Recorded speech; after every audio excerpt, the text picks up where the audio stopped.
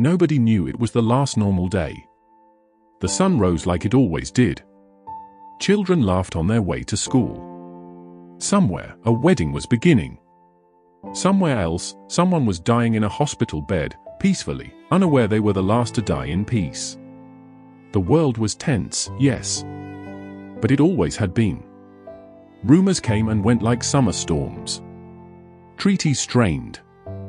Borders flexed. But nothing ever truly happened. Until it did. It started in silence. Not with a declaration, not with tanks, not with parades of soldiers marching under banners. It began with a cyber attack, untraceable, unclaimed, but devastating. Across Europe, satellite communications blacked out. GPS failed over Ukraine, Poland, and Germany. Banks in the US and China were paralyzed. Social media filled with eerie, identical messages posted by compromised accounts. Your time is up. At first, governments hesitated.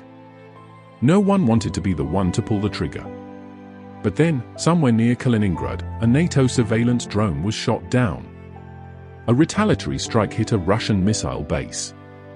Moscow responded with a hypersonic missile over Poland, non-nuclear, but unmistakably precise. That's when the world held its breath. And then it exhaled fire.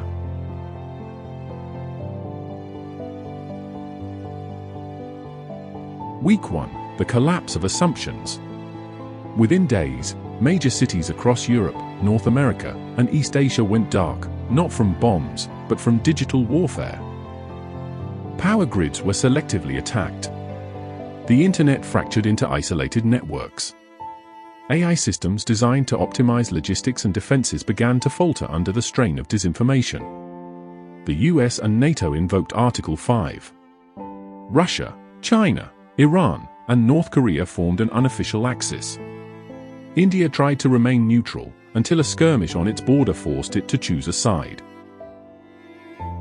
Israel and Iran exchanged missiles. Taiwan declared full independence.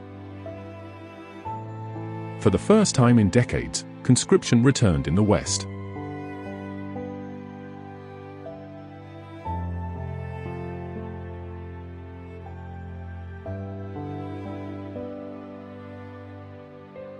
Week 3, Skies of Fire. Space became a battleground.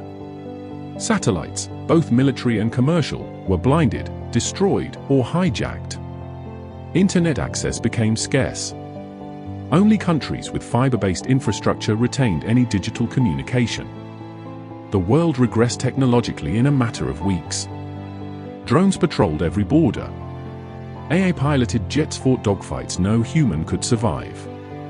Autonomous submarines hunted each other in silence beneath the Arctic ice. Civilians fled cities.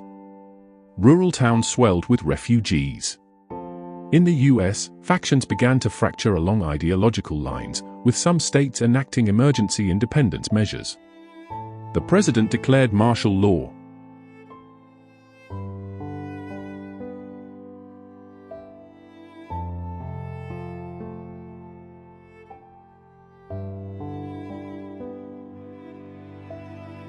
Month 2, the first tactical nuke.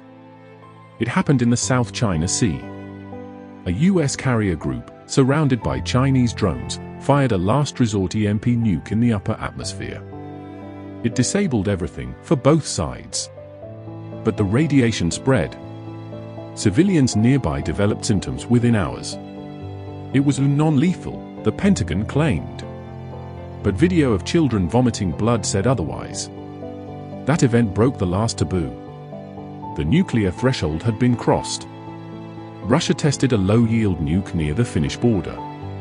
NATO responded with a demonstration over the North Sea.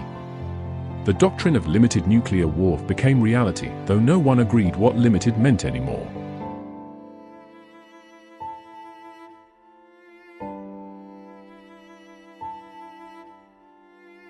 Month 6, the long winter begins. As the fighting raged, harvests failed. The disruption of global trade, especially food and fertilizer, caused cascading famine. Africa and Southeast Asia faced the worst hunger since the 20th century. Weather manipulation, once a conspiracy theory, became a weapon. Those not killed by drones, disease, or hunger fled underground, literally. Smart bunkers, built by the rich, became the last bastions of civilization. The skies were choked with smoke and ash. A cold summer dawned. Year 1, silence and shadows. The war never officially ended. It simply eroded. No one won. Superpowers bled out their resources. Hundreds of millions perished. Governments became regional coalitions. Cities turned to citadels. Nature reclaimed the spaces between. Occasionally, gunfire echoed across ruined borders. Occasionally, a rogue AI reactivated an old weapons platform and erased a town. But mostly, there was silence. A silence filled with rebuilding, remembering, and fearing.